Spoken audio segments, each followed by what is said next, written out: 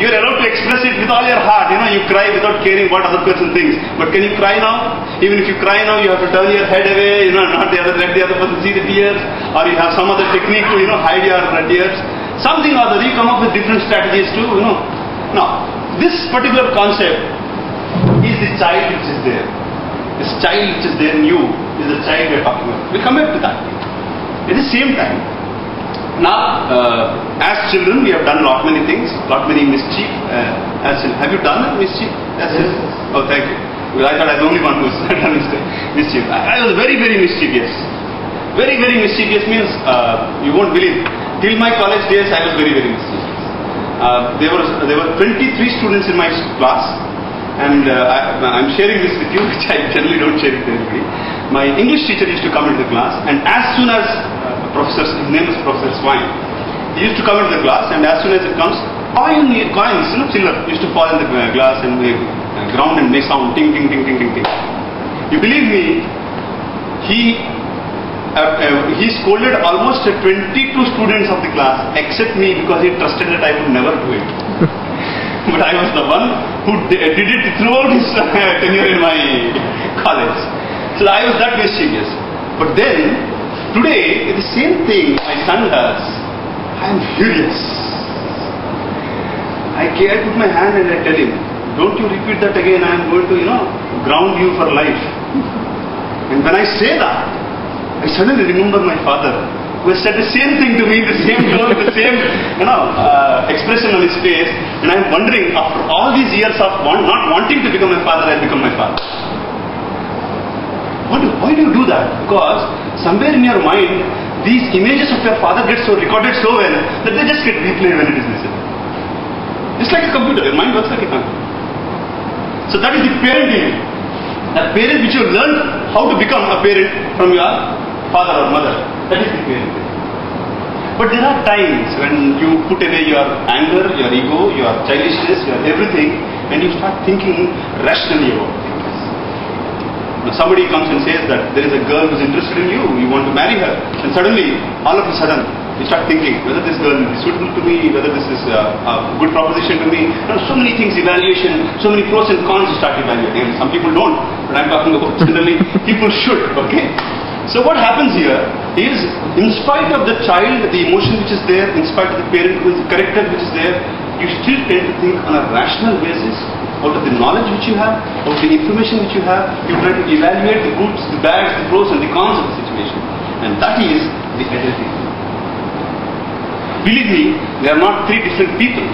They are there in each and every individual. All the three people are there in the individual. And these three people choose their own times to come out. Let us say you are in a team where the other people are less skilled and have less information than you. You suddenly become the parent. Somebody is suggesting something which is erratic, and you suddenly say, do you know about this? Do you know about this particular software? You tell me. You don't know about this, don't talk. I am telling you, listen. Suddenly you got the parent. Or let us say, you are the person with the least amount of skill in your team, and they have given you a very complex program to do, or a project to do, and you are wondering what to do. Then you will go to your colleague, you say, sir, you tell me what to do. I am not able to handle it by myself, right or not? Suddenly you move in a child mode. The same person will exhibit different kinds of moves according to the situation. And then the adult, some friend comes and says, I am not able to think about this straightly, help me out. So we sit across him and try to talk to him about, tell me what is the pros of this particular situation, what is the cons of the situation, and then you suddenly become an adult. So there is this confusion that we only tend to behave as one. No, we tend to behave as all these three from time to time, from situation to situation. Now, we do it out of impulse.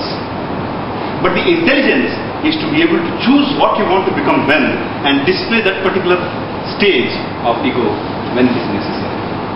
That is when you are supposed to be emotionally intelligent. Okay? Yeah.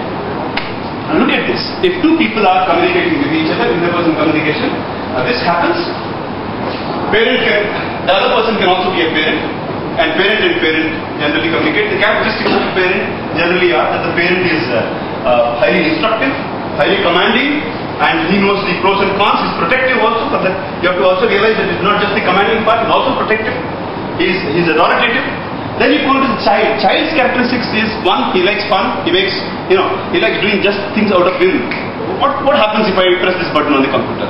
This particular thing comes into your mind. You press that button without thinking of the consequence.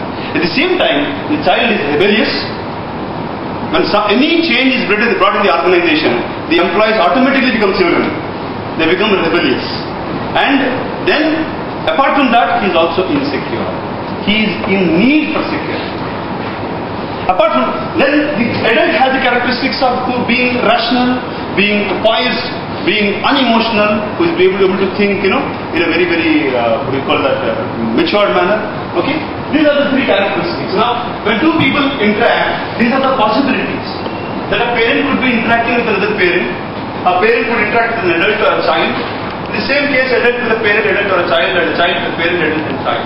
So this essentially is the kind of interactions which are possible between two individuals. Now can you tell me which are the most successful communications?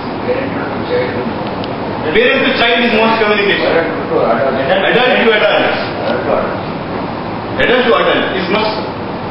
Most successful individual, it will not break much. It will take long time for continue. Whereas parent to parent will break because both are having ego. Both are having ego.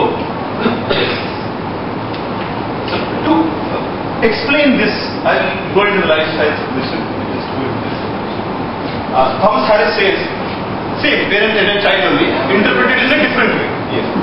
I say, one particular person says, I am okay, you are not okay. Who would say this? Is it the adult or the parent or the child? Parent, right or not? I am okay, you are not okay. That is, I know better than you. Let to put it in simpler terms. Then I am not okay, you are okay. Who would say this? Child, essentially, because he is in a more of an insecure position. I am okay, you are okay. Adult says. And I am not okay, you are okay. Terrorist says this. Social evil elements. Yes, look, most people who belong to that category move into such kind of activity. Anyway, now if you look at this, this is what is the state of mind. The parent says, I am okay, you are not okay. The child says, I am not okay, you are okay. And the adult says, I am okay, you are not okay. So when two people interact with each other, the successful communication happens when both are looking at the same thing. Agree? Both are in the same kind of perspective. We'll go to the next slide. This is what I explained. Look at this. These are the most successful transactions. The parent and the child. See, these are the most successful. Doesn't mean that the other discussions cannot be successful. These are mostly successful discussions. The parent says, I am okay, you are not okay. The child says, I am not okay, you are okay. Both are saying the same thing. Right or not? They are both saying the same thing. Adult says, I am okay, you are okay. The other one also says, I am okay, you are okay. Right? Then, the last one, child says, I am not okay, you are okay. Similar to this. Same thing. These are considered as the most successful. Now, let us say, one individual who has a lot of knowledge comes and talks to you. There is nothing wrong in moving into the child position. There is nothing wrong. What I am trying to tell you here is these should not be out of your involuntary reaction. They should be voluntary. If you choose to become a child in a discussion, choose to become and then go into a child mode, there is nothing wrong with it. There is nothing wrong with it. It might satisfy temporary ego of the other person and that fellow might come down. If there is necessity that one employee is not listening to you and you have to put your foot down and that is the only way the work is going to go on, move into the parent mode. There is nothing wrong with it again.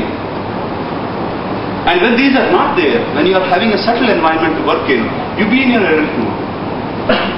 Although it is advisable to spend most of the time in the adult mode, but there are necessities when you have to move into the parent or into the child mode. Now nothing is wrong. Neither the parent mode is wrong nor the adult. Sometimes we tend to perceive parent and child mode as wrong modes, but they are very, very apt to human communication.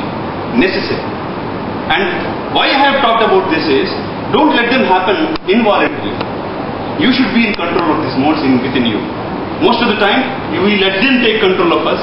But what I intend to say is that you should be in control. When you want to move into the parent mode, you should be able to. When you want to go into the child mode, you should be able to. When you want to stay in the adult mode, you should be able to. And that is the basis for human communication.